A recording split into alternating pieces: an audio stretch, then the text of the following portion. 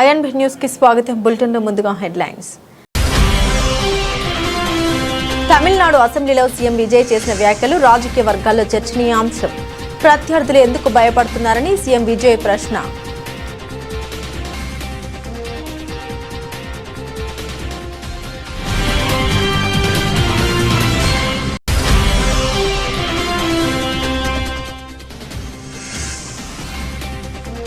ఢిల్లీలో జరిగిన Indian express ఇంటర్వ్యూలో మంత్రి నారా లోకేష్ ఆసక్తికర వ్యాఖ్యలు. రాజకీయాల్లో ఎదురయ్యే విమర్శలను, ట్రోల్స్ ను సానుకూలంగా తీసుకుంటామని స్పష్టం.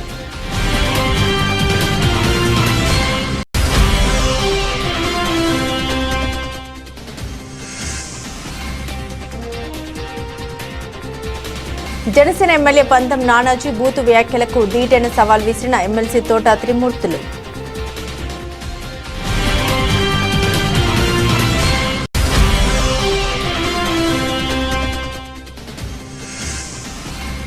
భూపాల్పల్లిలో మోటార్ వెహికల్ ఇన్స్పెక్టర్ వెంకన్న మృతి బాధాకరం. ప్రిన్సిపల్ సెక్రటరీతో విచారణకు ఆదేశించాం మంత్రి పొన్నం.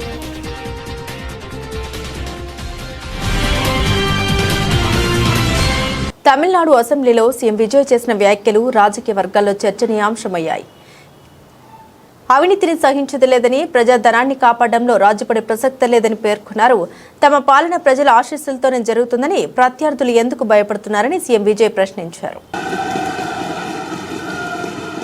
ஒவ்வொரு ஊழலா வெளியில வரும் போலே, ஒவ்வொரு வேஷமா கலைஞ்சிரும் போல,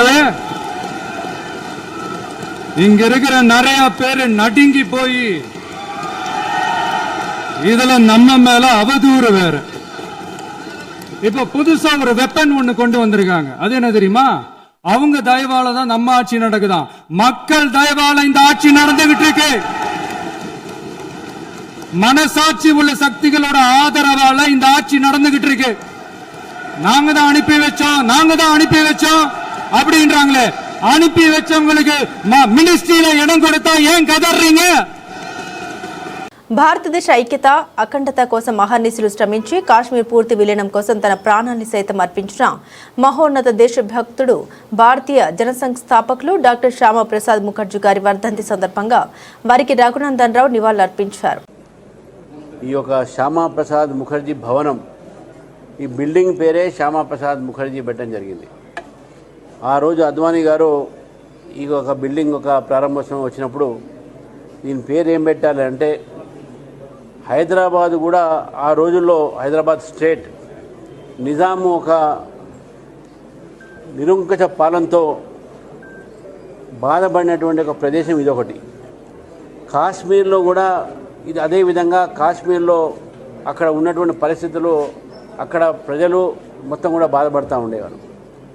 అయితే అక్కడ హిందూ రాజు, ఇక్కడ ముస్లిం రాజు అయినప్పటికీ కూడా ఈ రెండు ప్రాంతాన్ని కూడా భారతదేశంలో కలిపే ప్రయత్నం సర్దార్ వల్లభాయ్ పటేల్ గారు చేశారు. దాని యొక్క మూల ఆలోచన కారణమే శ్యామా ప్రసాద్ ముఖర్జీ గారు. ఈరోజు వెస్ట్ బెంగాల్లో కూడా ఒక బెంగాల్ మనకు మిగిలింది అని అంటే శ్యామా ప్రసాద్ ముఖర్జీ గారు, లేకుంటే మొత్తం బెంగాల్ బంగ్లాదేశ్లో కలిసేది. ఆ రోజుల్లో బెంగాల్, ఇప్పుడున్న వెస్ట్ బెంగాల్లో బంగ్లాదేశ్ నుంచి వచ్చినటువంటి హిందువులందరినీ కూడా అక్కడ వారిని ఊతకోతకు వస్తూ ఉంటే, వారిని అక్కడ ఉండనీయకుండా చేస్తూ ఉంటే వారందరూ కూడా వచ్చి ఇక్కడ ఈ ప్రాంతం వచ్చారు. శ్యామా ప్రసాద్ ముఖర్జీ గారు ఆ బెంగాల్ పార్టీషన్ ఆపి ఈ యొక్క వెస్ట్ బెంగాల్ ఈరోజు మనకు మిగిలినటువంటి పరిస్థితి ఉన్నది.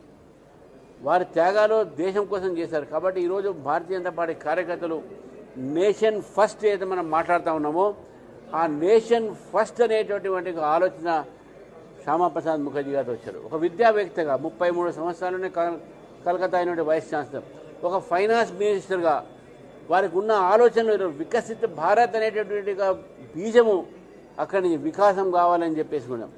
ఒక అకాడమిషియన్గా, ఒక రాజకీయాల్లో వచ్చి ఎమ్మెల్సీగా ఉండి బెంగాల్లో, తర్వాత సెంట్రల్లో మినిస్టర్గా ఉండి అనేకమైనటువంటి అభివృద్ధి కార్యక్రమాలు ఒక విజన్తో ఆ రోజు కాంగ్రెస్ పార్టీ ఇంటరిమ్ గవర్నమెంట్లో ఉన్నప్పుడు వారు ఈ దేశంలో అపీస్మెంట్ పాలసీ చూసి ఇట్లా లాభం లేదు, ఈ భారతదేశంలో జాతీయ భావంతో ఒక రాజకీయ పార్టీ ఉండాలి అనేటువంటి 1951లో జనసంఘ్ స్థాపించి ఆ రోజు భారతీయ జనసంఘ స్థాపకుడు అదే భారతీయ జనసంఘం రానున్న రోజుల్లో భారతీయ జనతా పార్టీగా మారింది. ఆ రోజు శ్యామాప్రసాద్ ముఖర్జీ గారు జన్మించినటువంటి ప్రదేశం, అక్కడ ఉన్నటువంటి ఒక ప్రజల్ని మభ్యపెట్టి కాంగ్రెస్ పార్టీ కొన్ని సంవత్సరాలు, కమ్యూనిస్ట్ పార్టీ కొన్ని సంవత్సరాలు, టీఎంసీ కూడా కొన్ని సంవత్సరాలు పరిపాలించి అక్కడ ఉన్న ప్రజలకు అభివృద్ధి నుంచి దూరం పెట్టారు. ఈరోజు శ్యామాప్రసాద్ ముఖర్జీ గారికి వారు జన్మించిన ప్రదేశంలో బెంగాల్ ప్రజలు సరైన నివాళిచ్చారు. భారతీయ జనతా పార్టీని గెలిపించి అనేది ఈరోజు నేను భావిస్తూ ఉన్నాను. కాబట్టి బెంగాల్ ప్రజలకు ఈరోజు నేను ధన్యవాదాలు చెప్తున్నాను. ఇక్కడ తెలంగాణ తరపు నుంచి కూడా వారు చేసినటువంటి ఒక ఏదైతే వారు శ్యామాప్రసాద్ గారి ముఖర్జీకి చూపెట్టినటువంటి ఒక ఏదో ఆదరణ ఉందో, వారు ఈరోజు శ్యామాప్రసాద్ ముఖర్జీ గారి 125 వారి యొక్క సంవత్సరం అయినటువంటి ఒక సందర్భంగా ఈరోజు బెంగాల్ కూడా మన ఒక భారతీయ జనతా పార్టీకి రావడం అనేది, తర్వాత తెలంగాణ కూడా వస్తుందని పూర్తిగా నమ్ముతున్నాను. ఎందుకంటే సిద్ధాంతము, శ్యామాప్రసాద్ ముఖర్జీ గారు ఎప్పుడూ అధికారం కోసం చూడలే, సిద్ధాంతం కోసము దేశం కోసం పనిచేశారు. కాబట్టి ఆ స్ఫూర్తి తెలంగాణ కార్యకర్తలు కూడా తీసుకొని ఇక్కడ కూడా అదే స్ఫూర్తితో పనిచేయాలని చెప్పేసి ఈ సందర్భంగా నేను కోరుతా ఉన్నాను. ఢిల్లీలో జరిగిన ఇండియన్ ఎక్స్ప్రెస్ ఇంటర్వ్యూలో మంత్రి నారా లోకేష్ ఆసక్తికర వ్యాఖ్యల్ని చేశారు. రాహుల్ గాంధీ తర్వాత అత్యధికంగా ట్రోల్ అయ్యే వ్యక్తిని తానేనని పేర్కొన్నారు. రాహుల్ పాదయాత్రను చూసి స్ఫూర్తి పొందామని, అయితే ఆ అనుభవాల్ని మర్చిపోకుండా తాను పుస్తక రూపంలోకి తీసుకొచ్చామని లోకేష్ వెల్లడించారు. రాజకీయాల్లో ఎదురయ్యే విమర్శల్ని, ట్రోల్స్ను తాను సానుకూలంగా తీసుకుంటామని ఆయన స్పష్టం చేశారు. Keep at it. Okay. Keep at it. Okay. I've done it for 5 years. It might take a little bit longer, but if you believe in something, you can achieve it. Fantastic. Okay. Nitish Kumar's son, Nishant Kumar. Boss, I don't know him. Honestly, I've never met him. I don't know him, so. But you read the situation he's in right now. What would you advise him? But I have to meet the person before I can analyze a person. I think it will be very unfair to pass a judgment on an individual that I've never met. Okay. Because what comes on social media and what gets written is deceiving. I'm an example of it. Yeah. I was the second most trolled person in India. Second most? Trolled person. Trolled person. After Rahul Gandhi ji. I was the second most trolled person. A lot of people misunderstood me. My own voters misunderstood me. But 5 years later, things are very different. So I think it's very unfair to pass a judgment on a person who I've never met. Have you met Rahul Gandhi? No. Any advice for him? Any lesson you learned from him? Well, everyone's laughing in the audience. See, one thing I appreciate is that he walked. As doing a Padayatra, I know the kind of impact it has on a politician. My advice, well, he's a national party, I'm a regional party, and he's good 10 years older than I am or more, if I'm right, is that your learnings have to be imbibed. You can't just walk and forget. So because that's what I learned. So, I shared. I go back to my Padayatra book. Whenever I'm conflicted, I reflect. There's great lessons in your Padayatra. So never forget that. Kamareddy జిల్లా ఎల్లారెడ్డిలో రైతుల నిరసన కార్యక్రమం ఉంది. Urea app రద్దు చేయాలని రైతులు నిరసనకు పిలుపునిచ్చారు. ఈ కార్యక్రమానికి మద్దతుగా నిరసనలో పాల్గొనేందుకు వెళ్తున్న కానీ ఉదయాన్నే పోలీసులు హౌస్ అరెస్టు చేశారు. ఎక్కడో కామారెడ్డిలో నిరసన జరిగితే హైదరాబాద్లో మమ్మల్ని అరెస్టు చేస్తున్నారు. ఇంత భయం ఎందుకు? రేవంత్ రెడ్డి అని వేముల ప్రశాంత్ రెడ్డి మండిపడ్డారు. ఈరోజు కామారెడ్డి జిల్లాలో ఎల్లారెడ్డి నియోజకవర్గంలోని తాడ్వాయి మండలంలో రైతులు యూరియా యాప్ వల్ల ఇబ్బందులు పడుతున్నామని, యూరియా సరిగ్గా దొరకట్లేదనే బాధతో ఒక నిరసన కార్యక్రమం చేపట్టి దానికి మరి మీరు రావాలి అని చెప్పి మమ్మల్ని పిలవడం జరిగింది. ఎల్లారెడ్డి నియోజకవర్గ బీఆర్ఎస్ పార్టీ ఇన్ఛార్జ్ సురేందర్ గారి నాయకత్వంలో మేమందరం బయలుదేరదామని నిర్ణయించుకొని వెళ్ళేటప్పటికీ ఇవాళ హైదరాబాద్లోనే నన్ను హౌస్ అరెస్ట్ చేయడం జరుగుతూ ఉన్నది. ఇది చాలా దుర్మార్గం. ముఖ్యమంత్రి రేవంత్ రెడ్డి గారు మరి ఇటువంటి నియంతృత్వ పాలనతోటి ఆయనకు వచ్చేదేమీ ఉండదు. ఇవాళ మమ్మల్ని అరెస్ట్ చేసి మా గొంతు నొక్కే బదులు అక్కడ యూరియా యాప్ ఏదైతే ఇబ్బందులు ఉన్నాయో దాన్ని రద్దు చేసి యూరియాని విరివిరిగా ఎట్లయితే కేసీఆర్ గారు ప్రభుత్వంలో ఉన్నప్పుడు రైతులు ఎట్లయితే ఆటో ఆయనకు పైసలు ఇచ్చి పంపిస్తే ఆయన సంచులు తీసుకొని బాయి కాడ పొలం కాడ వేసొచ్చే పరిస్థితి ఉండేనో అట్లా విరివిగా అందుబాటులో ఉంచితే అది మంచిది రేవంత్ రెడ్డి. అంతేగాని నా గొంతు నొక్కితే నీకేం వచ్చేది లేదు, రైతులకు కూడా ఒరిగేదేమి ఉండదు. కాబట్టి దృష్టి అక్కడ పెట్టాలి. నీ దృష్టి ఉద్దస్తమానము హైదరాబాద్లో భూములు ఎక్కడున్నాయి, ఏ భూములు ఎట్లా ఏం చేయాలి ఇది తప్పిస్తే రైతులు బాధపడతా ఉన్నారు. నిన్న మొన్న దాకా ఈ వడ్ల కొనుగోలు కోసం కూడా 7 చెరువుల నీళ్ళు దాయిపించినావు నువ్వు రైతుల్ని. ఇవాళ యూరియాకి ఇబ్బంది జరుగుతున్నది అని అంటే వాళ్ళు ప్రభుత్వ దృష్టికి తీసుకురావటానికి వాళ్ళు నిరసన కార్యక్రమం చేపడతామంటే వాళ్ళ ఎల్లారెడ్డి నియోజకవర్గంలో దాదాపు 300 మంది బీఆర్ఎస్ పార్టీ కార్యకర్తల్ని ఇవాళ అరెస్ట్ చేసి పెట్టినారు పొద్దున్నుంచి. అక్కడ మా నియోజకవర్గ ఇన్ఛార్జ్ సురేందర్ గారు, అక్కడ తాడ్వాయి మండల కేంద్రంలో మా DCMS డైరెక్టర్ కపిల్ రెడ్డి గారు వాళ్ళని అరెస్ట్ చేయాలని చూస్తూ ఉన్నారు. అయినా సరే రైతులు రోడ్ల మీదకి వస్తే రైతులను కూడా తీసుకొని వాళ్ళ అరెస్ట్ చేస్తూ ఉన్నారు. కామారెడ్డి పట్టణంలో కూడా బీఆర్ఎస్ పార్టీ నాయకుల్ని అరెస్ట్ చేయడం జరుగుతూ ఉన్నది. అట్లా జిల్లాలో ఎక్కడికక్కడ బాన్స్వాడలో కూడా ఇవాళ బీఆర్ఎస్ పార్టీ కార్యకర్తల్ని అదుపులోకి తీసుకోవడం జరుగుతూ ఉన్నది.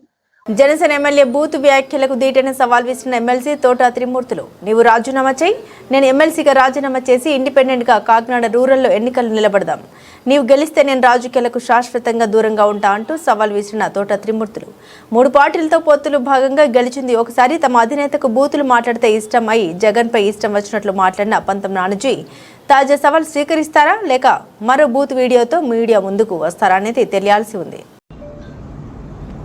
జగన్మోహన్ రెడ్డి అక్కడ నుంచి వచ్చి రావాలని అన్నారు కదా, నేను ఇవాళ చెప్తున్నాను మీ అందరి సాక్షిగాని, ఒక్క మాట కూడా మళ్ళీ దీంట్లో నుంచి వెనక్కి ఒక అంగుళం కూడా నేను ఎమ్మెల్సీ పదవికి రాజీనామా చేసి కాకినాడ రూరల్ నియోజకవర్గం నుంచి ఇండిపెండెంట్గా పోటీ చేస్తాను. అతన్ని ఎమ్మెల్యే పదవికి రాజీనామా చేసి రమ్మని పోటీ చేద్దాం. నేను దానికి కట్టుబడి ఉన్నాను. నేను ఓడిపోతే జీవితంలో మళ్ళీ రాజకీయాల్లో ఉండను. ఎక్కడో జగన్మోహన్ రెడ్డి గారు ఇక్కడ రాకూడదు, నేను ఇక్కడ ఉన్నాను, ఈ జిల్లా వాసిని, ఇక్కడికి వస్తాను, ఇండిపెండెంట్గా పోటీ చేస్తాను.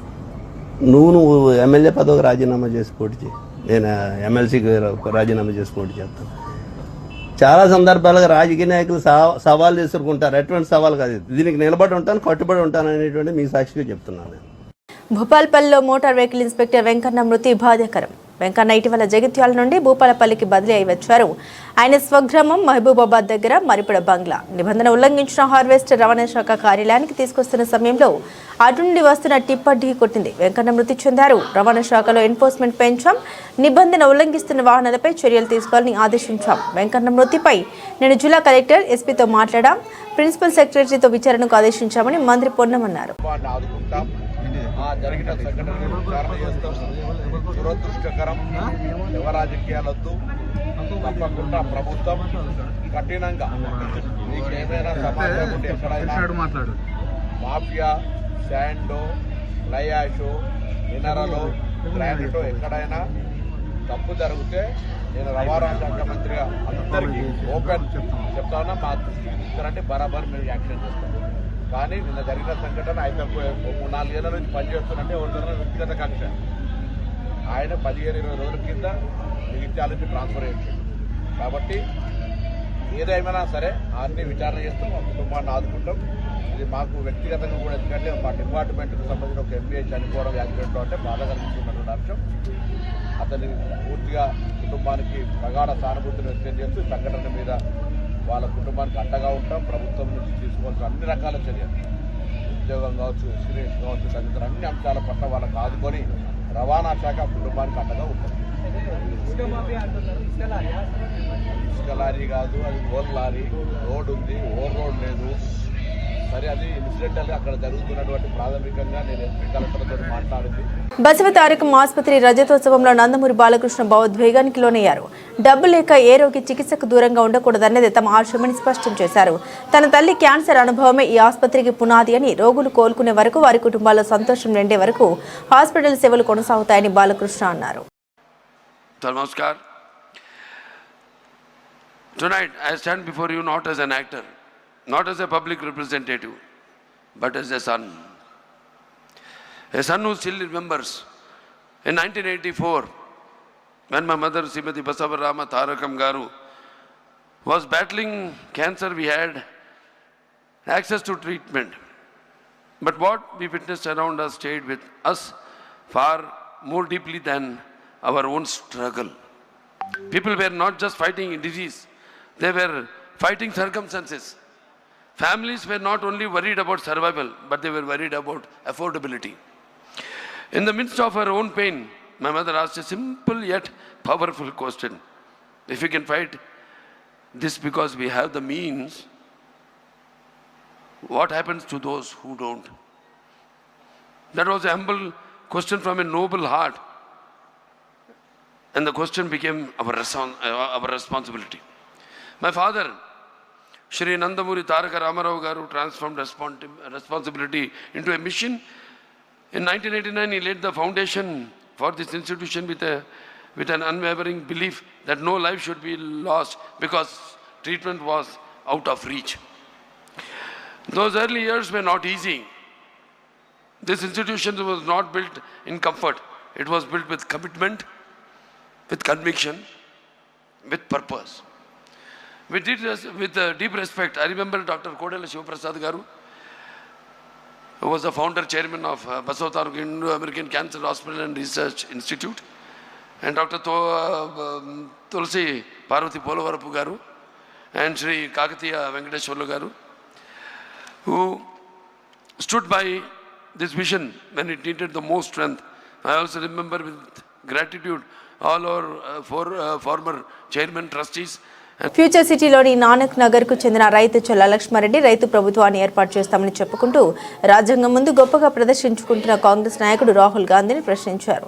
తెలంగాణ ముఖ్యమంత్రి హిట్లర్ రెడ్డి రాజ్యాంగ స్ఫూర్తికి విరుద్ధంగా భూ రికార్డులను అక్రమంగా తారుమారు చేసి ప్రభుత్వానికి భూముల్ని ఎలా బదిలీ చేస్తున్నారో ఆయన ప్రశ్నించారు. ఒకప్పుడు ఫార్మసిటీకి వ్యతిరేకంగా గలం విప్పిన కాంగ్రెస్ నాయకులు ఇప్పుడు ఫ్యూచర్ సిటీపై ఇచ్చిన హామీలను వెనక్కి తీసుకొని కార్పొరేట్ మాఫియాకు సహాయం చేస్తూ తమ వ్యక్తిగత ఫ్యూచర్ను సురక్షితం చేసుకున్నారని ఆయన అన్నారు.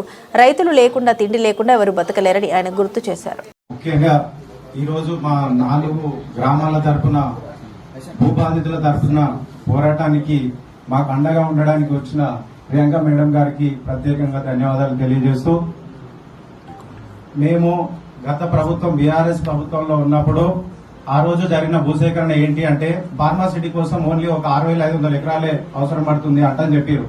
ఆ విధంగా ఆ దొంగ జీవో తెచ్చుకొని దాన్ని 30,000 ఎకరాలకు తీసుకొచ్చారు.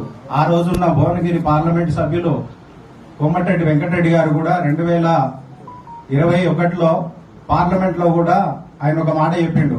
ఇక్కడ ఫార్మా కంపెనీలు ఒక 20-30 కంపెనీలు తీసుకొచ్చి 4 ఊర్లలో పచ్చని పొలాలలో ఈ ఫార్మా కంపెనీలు పెడితే అక్కడున్న జనజీవనం, అక్కడున్న పంటలు ఇలాంటివన్నీ పొల్యూషన్ గురై చాలా అవస్థలకు గురవుతారంటని చెప్పి ఆ రోజు పార్లమెంట్ లో ఎంపీ కోమటిరెడ్డి గారు కూడా 3-4 దఫాలుగా పార్లమెంట్ లో మాట్లాడడం జరిగింది.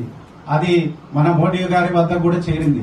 కానీ ఆ మధ్యన గవర్నమెంట్ చేంజ్ అయింది. కాంగ్రెస్ ప్రభుత్వం వచ్చే ముందు కూడా మాకేం చెప్పారు, ఫార్మాసిటీ రద్దు అవుతుంది, రద్దు చేస్తున్నాము, మీకు మేనిఫెస్టోలో కూడా పెడుతున్నాము, ఏదైతే భూమి సేకరించింది ఏదైతే ఉందో అది అలాగే ఉంటది, భూమి సేకరించకుండా 2,500 ఎకరాలు ఏదైతే భూమి ఉందో కోర్టు పరిధిలో ఉన్నది, ఆ భూమి ఎట్టి పరిస్థితుల్లో మేము తీసుకోము, రేపు ఇక్కడ మీ రైతులకు మేము అండగా ఉంటామంట అని చెప్పి ఆ రోజు కోమటిరెడ్డి వెంకటరెడ్డి గారు గాని, సీతక్క గాని, బట్టి గాని, మల్లెడ్డి రంగారెడ్డి, కోదండరెడ్డి గారు వీళ్ళందరూ మా పొలాలలో వచ్చి ప్రతి పొలానికి ప్రతి రైతు దగ్గరకు వచ్చి వాళ్ళు స్వచ్ఛందంగా వచ్చి మాతో పాటు తిరిగి మాతో మాట్లాడారు. ఆ రోజు ఏమన్నారు, ఇంత పచ్చని పొలాలు ఇలాంటి భారత కంపెనీలు తీసుకొచ్చి ఇలా పెడితే ఇక్కడ చాలా ఇబ్బంది అవుతుంది అంటని చెప్పేసి వాళ్ళు మా తరపున మా దగ్గర ఉన్న అన్ని అవకాశాలు వాళ్ళు వాడుకొని ఈ రోజు మా ఊర్లలోకి వచ్చిన వాళ్ళు ప్రతి ఒక్కరు ఎమ్మెల్యే అయ్యారు, మినిస్టర్స్ అయ్యారు, చైర్మన్స్ అయ్యారు. కానీ మాకు అక్కడ జరుగుతున్న విధానాల్ని బట్టి చూస్తే ఎంతసేపటికి ఏ ప్రభుత్వం వచ్చినా కూడా రైతుల దగ్గర భూములు గుంజుకోవాలి, కార్పొరేట్ సంస్థలకు కోట్లలో భూములు అమ్ముకోవాలి అనేదే వీళ్ళ దగ్గర ఒక నిదానం. అయితే ఈ రైతులు లేకపోతే ఈ రాజ్యం ఉంటుందా? ప్రతిరోజు ఎవరైనా కూడా డబ్బులు తింటే బతకరు, బంగారం తింటే బతకరు. మనం తినడానికి అన్నము, పాలు ఇవి కావాలి, ఇవి లేకుండా ఎవరు బతకలేరు. ఈ రంగారెడ్డి డిస్టిక్ చుట్టుపక్కల ఒకప్పుడు మంచి మంచి అంగూరు తోటలు ఉండేది, మంచి కూరగాయల తోటలు ఉండేది. అవన్నీ చూస్తే ఇప్పుడు రంగారెడ్డి చుట్టుపక్కల ఎటు 50-100 కిలోమీటర్లకు పోతే అన్ని వెంచర్సే, అన్ని గుట్టలు, చెట్లు అన్ని కొట్టేసి మొత్తం క్రికెట్ గ్రౌండ్ల లాగా క్యాన్సర్ నియంత్రణలో ప్రభుత్వం స్వచ్ఛంద సంస్థలు వైద్య నిపుణులు కలిసి పనిచేయాల్సిన అవసరం ఉందని ఆరోగ్య శాఖ మంత్రి దామోదర్ రాజనరసింహ అన్నారు. హైదరాబాద్ నోవాయిటల్లో జరిగిన Basavatarakam Indo American cancer hospital and research institute silver Jubilee ముగింపు వేడుకల్లో మంత్రి పాల్గొని మాట్లాడారు. 25 ఏళ్లుగా క్యాన్సర్ బాధితులకు నాణ్యమైన వైద్య సేవలు అందిస్తున్న బసవతారకం హాస్పిటల్ యాజమాన్యం, వైద్యులు, సిబ్బంది, దాతలను మంత్రి అభినందించారు. దివంగత ఎన్టీఆర్ దూరదృష్టికి ఈ ఆసుపత్రి ప్రత్యేకంగా నిలిచిందన్నారు. ఎన్టీఆర్ ఆశయాలను ముందుకు తీసుకెళ్తూ సంస్థను మరింత ఉన్నత స్థాయికి తీసుకెళ్తున్న chairman, managing trustee Nandamuri Balakrishna సేవల్ని మంత్రి ప్రత్యేకంగా ప్రశంసించారు. Respected Chandrababu Naidu garu, Honorable Chief Minister of Andhra Pradesh, respected Venkaiah Naidu garu, former Vice President of India, Srimati Anupriya Patel ji, Honorable Union Minister for State Health and Family Welfare, Government of India, P. Chandrasekhar garu, Satyakumar Yadav garu, distinguished public representatives, eminent medical experts, cancer survivors, donors, members of the Basavatarakam Hospital family and esteemed guests. It is a matter of great pleasure and privilege for me to participate in the Silver Jubilee celebrations of Basavatarakam Indo-American Cancer Hospital and Research Institute.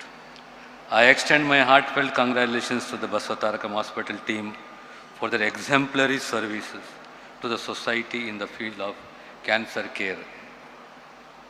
My special appreciation to Sri Nandamuri Balakrishna garu for carrying forward the legacy of NTR garu, not only in the cinema but also in the public service and the humanitarian work. His unwavering commitment to upholding the vision of NTR garu. NTR garu was not only a legendary actor but also a visionary leader who created history in Indian politics.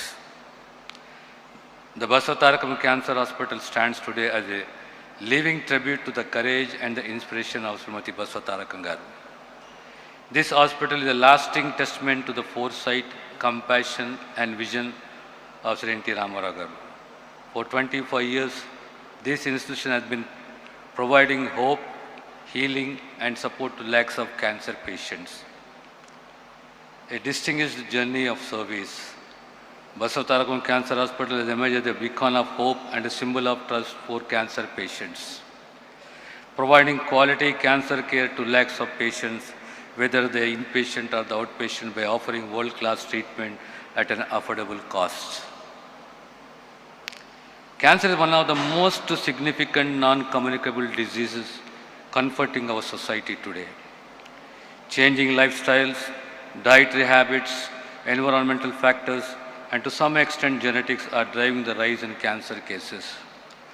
Telangana is also facing the steady growth of cancer cases, which is alarming.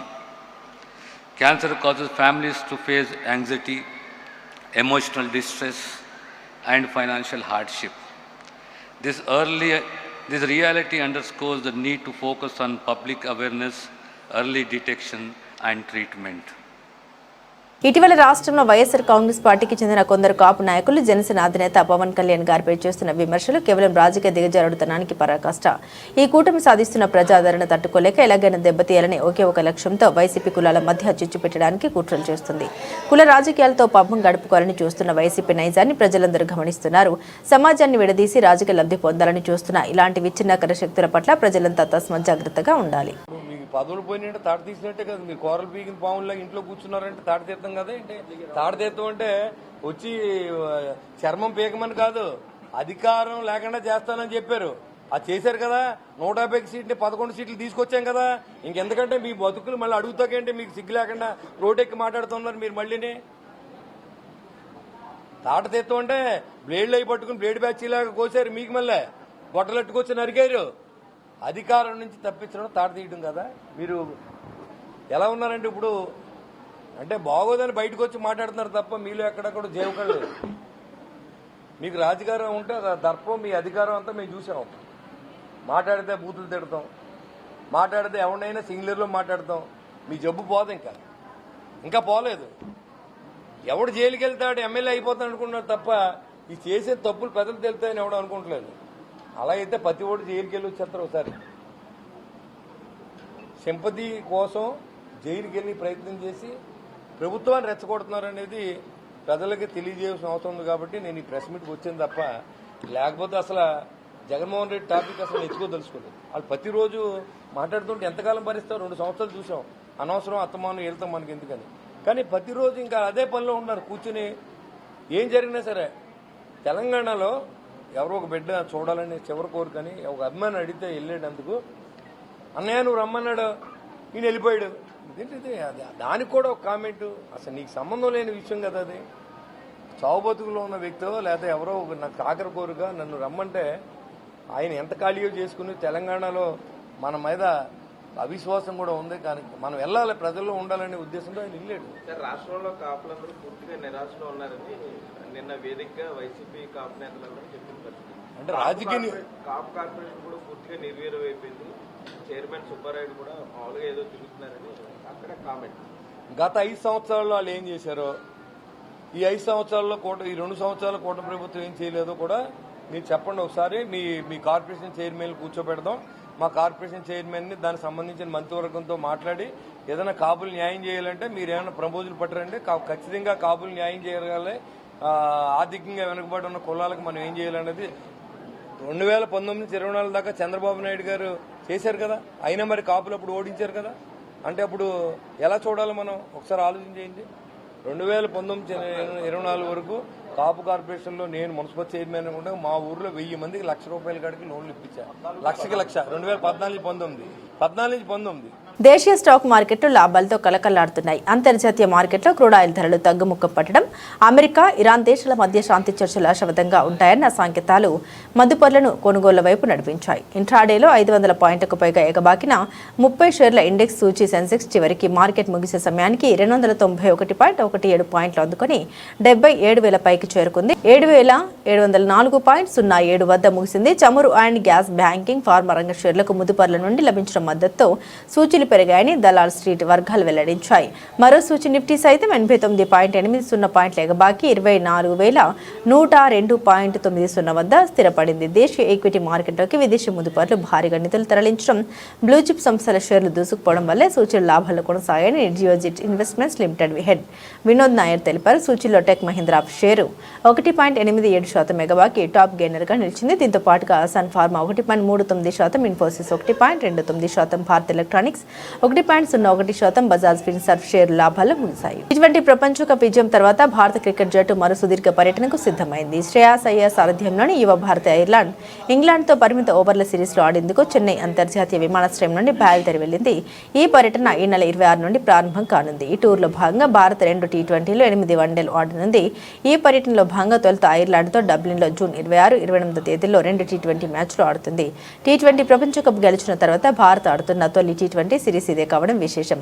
2028లో జరగనున్న Los Angeles Olympics, Australia, న్యూజిలాండ్లో జరిగే తదుపరి T20 ప్రపంచ కప్ను దృష్టిలో ఉంచుకుని పోటీ ఫార్మాట్లో ఇది భారత్ జట్టుకు ఒక కొత్త అధ్యాయంగా భావిస్తున్నారు. ఈ పర్యటనలో ప్రధాన ఆకర్షణగా 15 ఏళ్ల 71 రోజుల వయసున్న యువ బ్యాటింగ్ సంచలనం వైభవ్ సూర్యవంశీ నిలిచాడు. తద్వారా 36 ఏళ్ల క్రితం సచిన్ టెండూల్కర్ నెలకొల్పిన రికార్డును బద్దలు కొట్టి భారత పురుషుల క్రికెట్ జట్టుకు ఎంపికైన అత్యంత పిన్న వయస్కుడిగా చరిత్ర సృష్టించాడు. అతనితో పాటు ఐపీఎల్లో అద్భుత ప్రదర్శన చేసిన uncapped fast bowler prince Yadav కూడా తొలిసారిగా సీనియర్ T20 జట్టులో చోటు దక్కించుకున్నాడు. బులెటిన్ ముగించే ముందు హెడ్లైన్స్ మరోసారి. తమిళనాడు అసెంబ్లీలో సీఎం విజయ్ చేసిన వ్యాఖ్యలు రాజకీయ వర్గాల్లో చర్చనీయాంశం. ప్రత్యర్థులు ఎందుకు భయపడుతున్నారని సీఎం విజయ్ ప్రశ్న.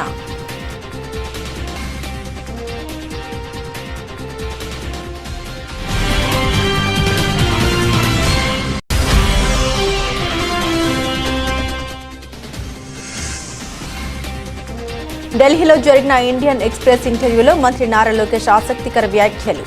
రాజకీయాల్లో ఎదురయ్యే విమర్శలను, ట్రోల్స్ను సానుకూలంగా తీసుకుంటామని స్పష్టం.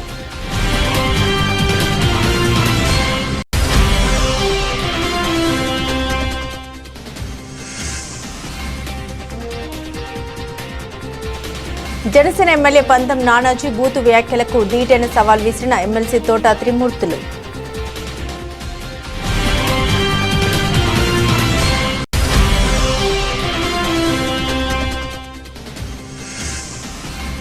భూపాల్పల్లిలో మోటార్ వెహికల్ ఇన్స్పెక్టర్ వెంకన్న మృతి బాధాకరం.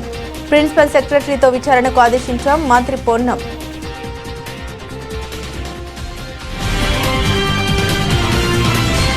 ఇవి బులెటిన్లోని విశేషాలు. తిరిగి మరో బులెటిన్తో మళ్ళీ కలుద్దాం.